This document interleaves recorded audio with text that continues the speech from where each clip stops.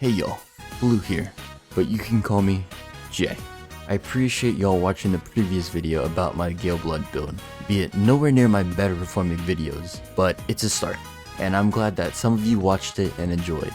Anyways, this is the follow-up video to that build, so you can understand its ins and outs, tips and tricks, and how-tos to doing this yourself. Although this video is going to be formatted a little differently because I realized that this build may be really hard to achieve if I just tell you instead of showing you how to. Also, it wouldn't be a very interesting video as well. So we'll try this style and see if y'all like it. Anyways, let's go. Alright, so we're gonna hit the ground running with racism.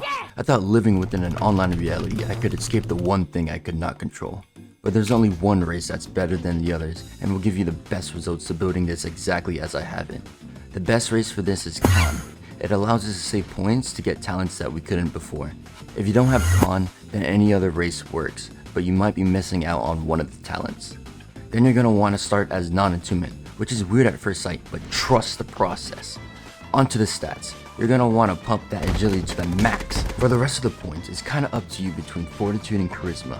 You have both of them by the time we need them, but charisma has a lot more talents you'll need than fortitude, whereas fortitude, well, it's a pain in the ass to progress, so finishing it in trial can save you a lot of time. Speaking of trial 1, you can start with Lone Warrior or any other origin. I like to go Voidwalker just for the ability to fast travel, and sometimes ganking. Make your way onto the trial and go through it as you usually do. Any and all points would be put towards agility until you reach 40. With traits, keep going vitality, and then with mantras, earn all of them besides one. These are the talents you'll be looking for.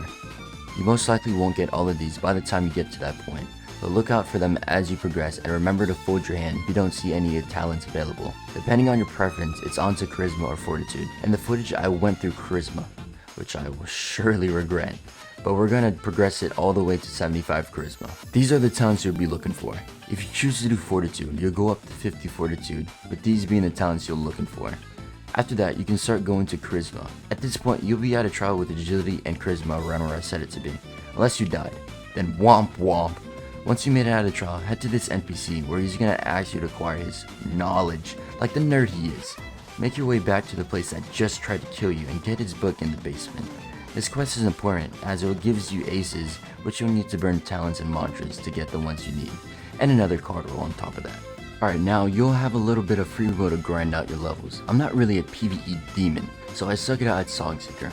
By this point, if you did charisma, you can start doing fortitude. You should be finished or nearly finished getting your agility talents with Ghost being the last card from the attribute that you need. Be sure to talk to Mystic and ask for the I use this song to charm others prompts to get the Dazing Finisher talents out the way faster. Here's my level 8 roll. You probably noticed that I haven't picked up Ghost, which I'm doing a little bit of manipulation of how the game works. Ghost is an advanced talent and will keep showing up until I pick it, meaning I can get the talents that are more of a priority until I need to pick it up. The same thing also applies to Dazing Finisher, but instead of Ghost, it actually doesn't have a stat requirement, so it will always come back. After slaving away progressing to 50 fortitude, trust me, this shit is not fun. I've cut out at least 2 hours of footage getting to this point. We made it to our last attribute, which is Strength. This one is far easier than the other ones since you should have a lot of event XP at this point. There's only 2 immediate talents that you'll need, and they're both at the end, so be sure to look out for any other miscellaneous talents that you may be missing. As well as your vitality should be maxed out by now. Start going erudition. It shouldn't be too long until you reach 40 strength, which means you're almost ready to shrine, but you gotta get the other attributes to be divided. Make your way to somewhere where you can get a prayer beads, Gale Kata, tourniquet, and a weapon manual, unless you already have that stuff. Make sure you have a point into weapon and willpower, but we still gotta get the main dish. Assuming you're still around Songseeker, make your way to the church and grab Bloodrend. The trainer should be there if you unlocked Bloodrend before. If not, you better. The ministry should pull up on you as you walk out, like the true bloods they are. Kill them and they'll drop their hearts? Fuck they got going on? Anyways, be sure to go back to the trainer with the cardiovascular systems of the hoodlums and hand it to her freaky emo ass, and then she'll hand you her blood. Yeah, based on her previous actions, I wouldn't think about where it came from. But take that shit down the hatch! Next, head through the gate and make your way towards the vigils. And let me stop you before you get there. If you don't have 2 Gale Suns already, turn that ass around to Lower Risa. Now, this process of getting 2 Gale Zones could vary from 2 minutes to 2 hours. What you're looking for is Etrian or Legion guards that use Gale. They spawn in events fighting the Authority, but a more consistent way to find Gale Zones is to head into the Legion cave and pull in a Tachi until you get one by server hopping. Alright, after the massacre, finally make your way towards Vigils and talk to the trainer. I also wouldn't question where you got it from. Well, drink that shit like there's no tomorrow. Now your stat should look something like this, which means you're pretty much ready to shrine. But wait a second, you're missing the strength talents. Yeah, I'm not gonna lie, my dumbass did not realize how close I was to my next level. And I ended up basically going around the whole entire game trying to get knowledge in order to reroll. But you can just add points into willpower and get that level. Be sure to use Mystic for the I Seek the qualities of a rampaging brute for the common talent, and pray to God you get Showstopper, or else you will probably have to reroll. Anyways, you should have at least these talents and these stats.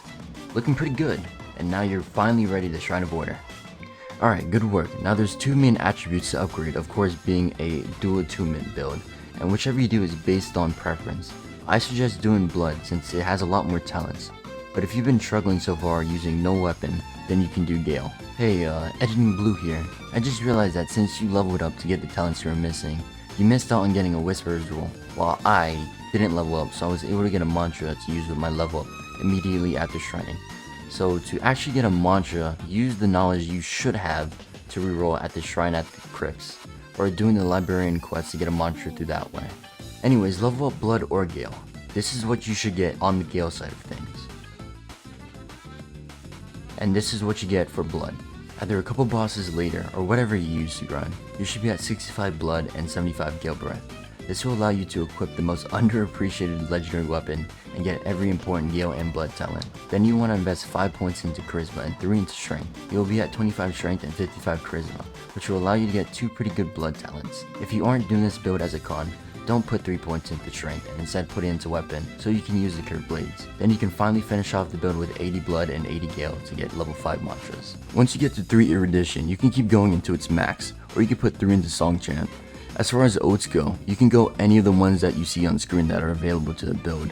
Here's the build after everything. Don't worry if your build doesn't look exactly like mine. There's a couple of things you can do if you're missing talents. The shrines are a big help with rerolling and getting more talents by trading in unused mantras, as well as the Compassion and Bravery quests that grant an extra card roll. Anyways, I think that's it for the build. If you like this video and the format, let me know. I feel like it's way easier to do than a full-length progression, and it's a lot more entertaining. If not, tell me you fucking hate it, I guess. But that's all I have for you.